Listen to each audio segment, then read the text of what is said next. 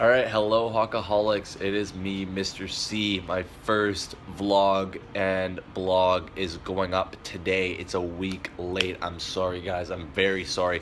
I really tried. There was a lot of complications with the websites and everything along the lines of that. Um, yeah, it's just been dealing with domains and everything like that. It's been a huge pain in my ass to deal with, but I'm really, really glad that I can actually bring this kind of service to you.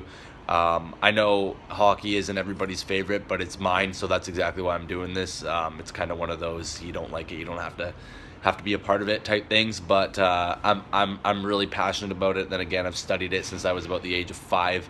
I could have told you how many goals Jakub Voracek scored when he was with Columbus in 2007, without even looking at my book.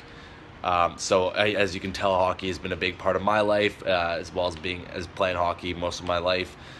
Basically, since I was 3, I had skates on.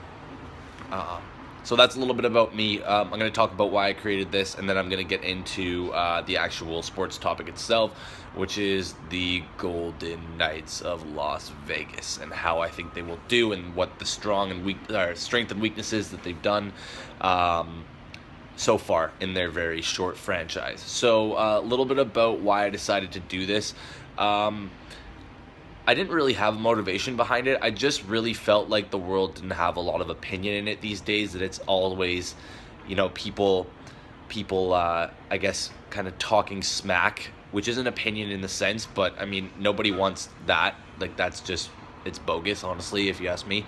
But at the end of the day, I wanted to kind of have my own voice in this whole hockey thing, and not just sit behind a keyboard, but express how I felt with people looking at my face while I'm saying it. Because I mean, this is a belief, guys. I don't want you guys to get injured or to get hurt about this, because it's a belief. It's my opinion, and like, if you don't agree with something, you can talk to me about it. Feel free, like, hit me up on Instagram, Hockaholics _sports. I will put that in the description. Please, guys, follow it up.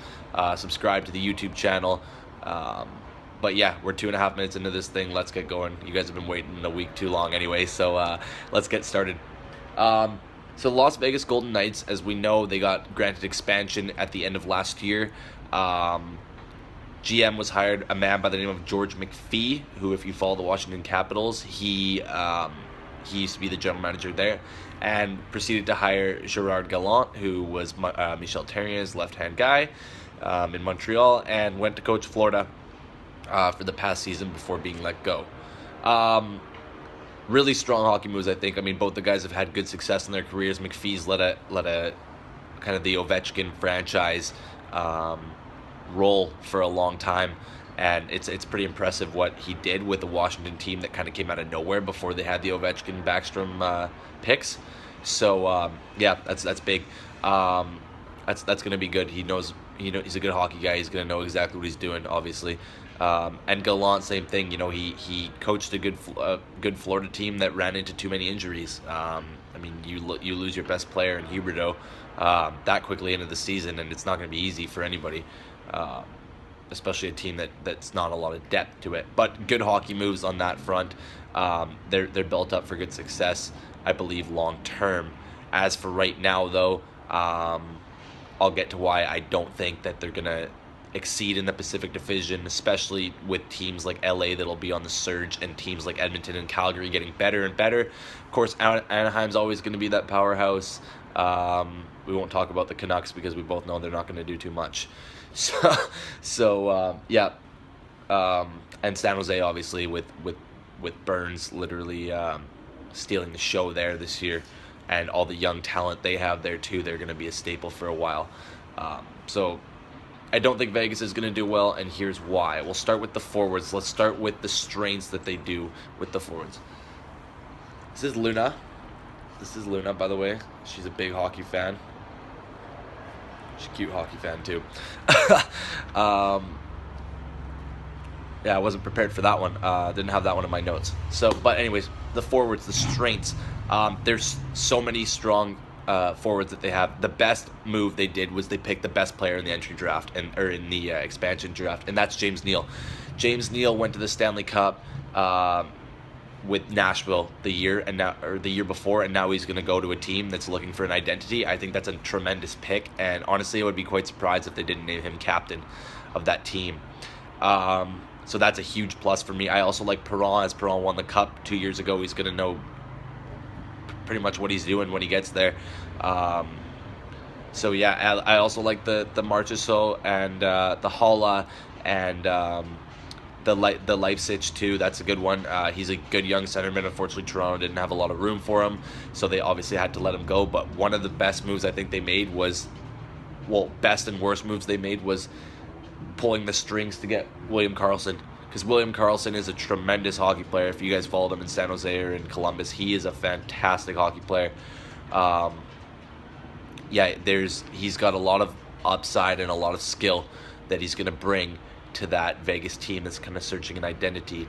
What I don't like whatsoever is the strings that they had to pull to get Karlsson. It's madness. They had to take Clarkson's brutal contract, and let's just take a moment here to just thank the Leafs for doing that beautiful move. They paying $5.2 million for the next 3 years, just to have Karlsson, which in the end I'm not sure if it's going to be worth it, but for right now McPhee seems to think so. We'll see how that goes. The other one is Grabowski. Like, the New York dodged a massive bullet on that one, with Vegas taking Grabowski out of there. So bottom line is the forwards are set up well, but the problem with Vegas now is they're not going to have a lot of room unless they really start unloading some of their bigger players, because let's face it, they took 2 mammoth contracts on that they really don't need, and that's just the forwards. I'll get into the defense in a bit too. So next we're going to do the segment of the week. Going to call that the good, the bad, the ugly. It's not really anything new. Everyone's probably heard those 3 words at least once in their life. But yeah, the good, the bad, the ugly, and I'm going to use it with the defense, the D for this point. So the good is obviously they got Schmidt from Washington, and Schmidt, I don't know if you guys watched the playoffs, but Schmidt, of course you watched the playoffs. Schmidt really, really, really impressed me a lot with his speed. He's very versatile guy, and I really think that was one of Washington's biggest regrets, is not inserting that guy in the lineup more. I honestly would have liked to see Schmidt over Orlov sometimes because of the lack of play Orlov can have. But yeah, Schmidt is going to be a very good defenseman for them, and as well as Shea Theodore. That's a big boy that they picked up to be a top D pairing, and that's going to be a staple in the Pacific Division and in the NHL. Those two together, Theodore and Schmidt, that's going to be a good pair. As well as McNabb. McNabb's a good young kid too, another big boy. So they're gonna do well on that point. What I really don't like is, living in Vancouver, we follow the Canucks. That's why I wouldn't say anything about the Canucks. Spiza and Garrison. Spiza, I can't really say anything about because he doesn't really give you anything to say about. The guy scores like 2 goals a year and he's a -30 player. So, I mean, I don't really know how you're supposed to say much about it when that's the stats he's giving you. Garrison, he's getting up there in age. I think he's 34, 35 years old now. Not a bad player, but you can't build a team on youth when you're trying to keep players like that. The reason why I don't mind Garrison is because of the shot. He can be a power play specialist and kind of play limited minutes. But the fact of, I guess the bad of the D pairing the D would be that 3 of them are in their mid to late 30s in Stoner, Englund, and Garrison. Sorry, and it's not good. It's really not good. Because they have all these young kids, but like the questions are like, will Griffin Reinhart ever emerge? How good can McNabb be? Can they be a 3-4 D pairing? But unfortunately, they can't right now. So you're gonna have to play those older guys that don't really have a lot of skill. They're more just size and kind of pylons out there, to be honest with you, because your younger guys haven't developed yet, and that's a huge concern for me. And I think that's the ugly, is the concern that I have about how their D is going to fit in.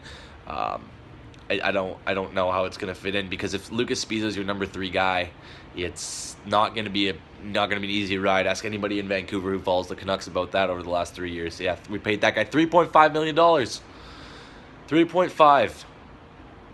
That's who we got for Ryan Kessler. We really feel rewarded. So bad. Let's go to goaltending now. One, I think, smart move was to get Marc-Andre Fleury out of Pittsburgh. I guess that's obviously going to be your starter. You have Pickard too, who didn't play great this year, but then again, he played on a team that literally won 22 games the entire season. So it's hard for anybody to play great like that.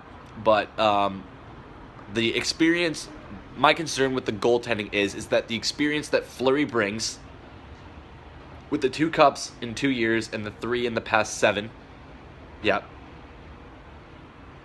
8, sorry, is that the next chapter over is that Pickard just played on one of the worst teams in history.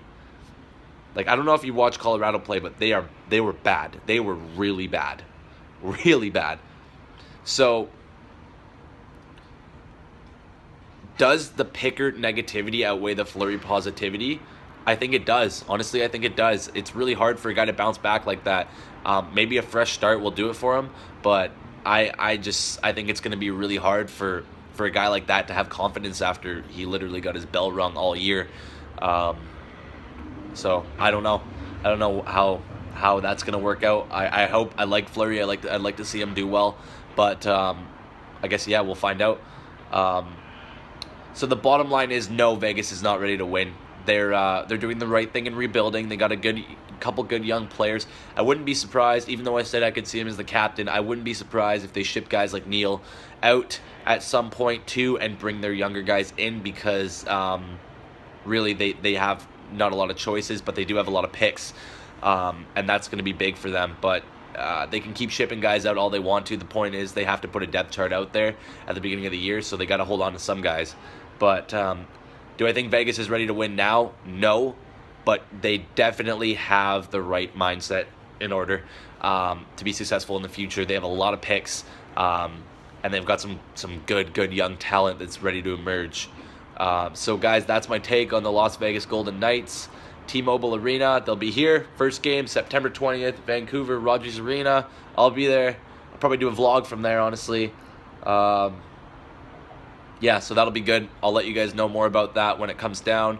So a little bit conclusion here about the channel is obviously Hockaholics Sports, sports talk worldwide.com/Hockaholics.